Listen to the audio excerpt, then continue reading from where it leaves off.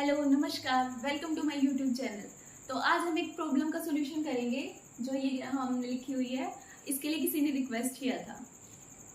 हमारे पास गिवन है A union B intersection C is equal to A union B intersection A union C. ये चीज हमें प्रूव करनी है। यहाँ पे ए बी सी क्या है, सेट है, और जो यूनियन और इंटरसेक्शन ऑपरेटर होते हैं वो क्या होते हैं। मान लो ए यूनियन बी है, ए यूनियन बी में कौन से एलिमेंट्स आएंगे, इसमें ए के भी एलिमेंट्स कंटेन होंगे और बी के भी एलिमेंट्स कंटेन होंगे। ए इंटरसेक्शन बी में क्या होता है, जो एलिमेंट ए और बी दोनों में होता है उसको बोलते हैं कि हम ए इंटरसेक्शन बी का एलिमेंट होगा। Means if we say x belongs to A intersection B, that means x जो है वो ए का भी एलिमेंट होगा और बी का भी एलिमेंट होगा। अगर इसी तरह से हम देखें कि ए यूनियन बी में क्या आएंगे, ए यूनियन बी में वो होंगे जो ए के एलिमेंट्स है वो भी ए यूनियन बी में आएंगे, बी के एलिमेंट्स है वो भी ए यूनियन बी में कंटेन होंगे। तो इसके प्रूफ के लिए हम क्या करेंगे, फर्स्ट ऑफ ऑल हम शो करेंगे कि ये जो है ये इसका सबसेट बनेगा। सेकंड में क्या करेंगे, ये इसका सबसेट बनेगा। तो दोनों ये इसका सबसेट है, ये इसका सबसेट है, तो हम क्या कह सकते हैं, both are equal. So first of all, we know that B intersection C is contained in B. B intersection C contained in B क्यों होगा, क्योंकि B intersection C के अंदर वो एलिमेंट्स हैं जो B में भी है और C में भी है। मीन्स B के एलिमेंट्स हैं तो वो B में तो कंटेन होगा, ये B intersection C। ये प्रॉपर्टी होती है हमारी A subset of A union B, B subset of A union B। Means A union B में ए भी कंटेंट होता है, बी भी कंटेंट होता है। अगर इसी तरह से अगर इंटरसेक्शन के लिए, तो A intersection B is contained in A and A intersection B is contained in B. ये यूनियन और इंटरसेक्शन के लिए लिखते हैं। तो यहां से अगर हम इस प्रॉपर्टी का यूज करें तो हमने क्या लिखा है, B intersection C is subset of B. अब ये अगर इसका सबसेट है तो ये देखो A union B intersection C, ये लिखा है हमने। अब हमने कहा ये जो बी इंटरसेक्शन सी है वो किसमें कंटेंट है, बी में। तो यहां से हम क्या लिख सकते हैं, ये जो है ये बी में कंटेंट है, तो ये पूरा जो होगा सेट वो किसमें कंटेंट हो जाएगा, ए यूनियन बी। क्योंकि देखो बी इंटरसेक्शन सी किसमें कंटेंट है, बी में, ये बी में कंटेंट है, तो ओवरऑल जो ये होगा ये किसमें कंटेंट हो जाएगा, ए यूनियन बी में। ये बी का सबसेट है तो वहां से हमने ये बी को लिख दिया। Similarly B intersection C is contained in C. ये जो दो प्रॉपर्टी मैंने लिखी है उसके अकॉर्डिंग जो इंटरसेक्शन है बी इंटरसेक्शन सी, बी में भी कंटेन्ड होगा और सी में भी कंटेन्ड होगा। अब इस प्रॉपर्टी के अकॉर्डिंग अगर हम ये लिखें तो क्या लिखेंगे, A union B intersection C, ये किसमें कंटेन्ड होगा, ये देखो बी इंटरसेक्शन सी को हमने क्या कहा है, सी में कंटेन्ड है, तो ये ओवरऑल सेट किसमें कंटेन्ड होगा, ए यूनियन सी में। यहां से जो फर्स्ट और सेकंड इक्वेशन हमारी, यहां से हम क्या लिख सकते हैं, A union B intersection C, ये ए यूनियन बी में भी कंटेंट है, ए यूनियन सी में भी कंटेंट है।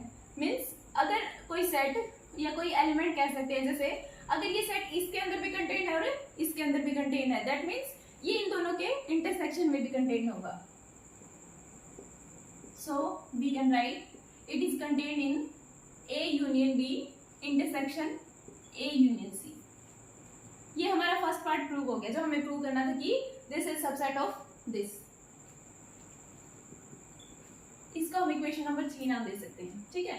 अब हम इसका कन्वर्स पार्ट प्रूव करेंगे कि ये इसका सबसेट होगा, इसका सबसेट होगा। ये प्रूव करने के लिए हम क्या करेंगे, इसका कोई एलिमेंट लेके चलेंगे इस सेट का, और हम शो कर देंगे कि that element is contained in this set, तो this is subset of this. Let X belongs to A union B intersection A union C. अब X इसका कोई एलिमेंट है, इन दोनों के इंटरसेक्शन में है, that means इसमें भी कंटेंट है, इसमें भी कंटेंट है। अब हमारे पास इसके लिए दो केस हैं, either X belongs to A और X does not belongs to A, ठीक है। इन दोनों ही कंडीशन में क्या है, x बिलोंग्स टू दिस, दोनों केसेस में ऐसा होगा। इसलिए हमने दो केस बनाए कि एक either x belongs to a और x does not belong to a। First case लेते हैं, बिलोंग्स टू ए, अगर x a में कंटेन है that means x belongs to a union b intersection c। क्यों? क्योंकि हमने कहा था कि ये देखो ये क्या है, यूनियन है a और b इंटरसेक्शन c का, तो इसके अंदर a के भी सारे एलिमेंट होते हैं और b इंटरसेक्शन c के भी सारे एलिमेंट होंगे। तो x हमने किसका लिया है, a का एलिमेंट, और a के सारे एलिमेंट किसमें कंटेन है, इस यूनियन में। तो इसका मतलब x बिलोंग्स टू क्या आ जाएगा, a union b intersection c। तो फर्स्ट केस में तो प्रूव हो गया कि अगर x a से बिलोंग करता है that means x belongs to a union b intersection c। अब सेकंड केस लेते हैं हम,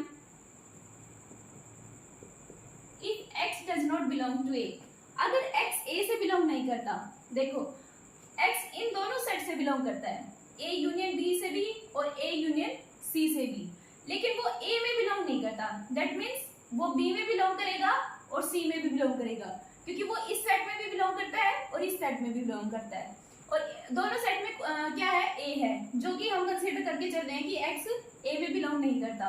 तो यहाँ से इस कंडीशन से हम क्या कह रहे हैं कि x belongs to b and x belongs to c। x अगर a से बिलोंग नहीं करता तो इस कंडीशन के अकॉर्डिंग x b और c दोनों में कंटेन होगा। अगर x b और c दोनों में कंटेन है तो हम क्या लिख सकते हैं, x belongs to b intersection c। अब अगर x belongs to b intersection c है तो यहां से हम क्या लिख सकते हैं, x belongs to a union b intersection c। ये उसी प्रॉपर्टी के अकॉर्डिंग लिखा है कि ये जो है ये सेट हमारा a और b इंटरसेक्शन c का यूनियन है, दैट मीन्स इस सेट के अंदर a के भी सारे एलिमेंट्स होंगे, b इंटरसेक्शन c के भी सारे एलिमेंट्स होंगे, तो x जो है वो b इंटरसेक्शन c का ही एलिमेंट है, तो इसका मतलब x किस में कंटेन हो जाएगा, इस यूनियन में कंटेन हो जाएगा। यहाँ से हमने क्या प्रूव कर दिया कि x belongs to a union b intersection c। अब देखो हमने कंसीडर क्या किया था, x belongs to a union b intersection a union c। इस सेट का कोई एक एलिमेंट लिया था और हमने शो क्या करना था कि वो जो एलिमेंट है वो इस सेट में कंटेन होगा, ठीक है। उसके लिए हमारे पास दो केस बने हैं कि x बिलोंग्स टू a और x does not belong to a। दोनों केसेस में हमारे पास क्या आ गया, x belongs to a union b intersection c, और दूसरे केस में भी क्या आ गया, x belongs to a union b intersection c। तो दोनों केसेस में हमने ये प्रूव कर दिया कि अगर x इस सेट से बिलोंग करता है this implies x belongs to a union b intersection c।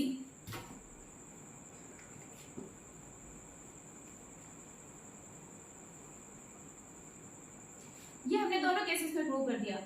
ये कहां से प्रूव किया कि x belongs to this set, this implies x belongs to this set. तो यहां से हमारा क्या प्रूव हो गया कि a union b intersection a union c, ये जो सेट है ये इसका सबसेट है, subset a union b intersection c, ये हमारे पास आ गया। इसको हमने इक्वेशन 4 नाम दे दिया, ठीक है। अब हमारी थर्ड इक्वेशन क्या थी, that this is subset of this set. Fourth equation में क्या आया है, इसका कन्वर्स की this set is subset of this set. So from 3 and 4 we can write a union b intersection c is equal to a union b intersection a union c। यही हमें prove करना था, ठीक है। ये प्रूव करने के लिए हमने क्या करा है कि पहले इसको इसका सबसेट शो कर दिया, देन इसको इसका सबसेट शो कर दिया, तो हमारा ये रिजल्ट आ गया जो हमें प्रूव करना था, ठीक है। सो आज की वीडियो में बस इतना ही। अगर आपको वीडियो अच्छी लगी हो तो please like share and subscribe. Thank you.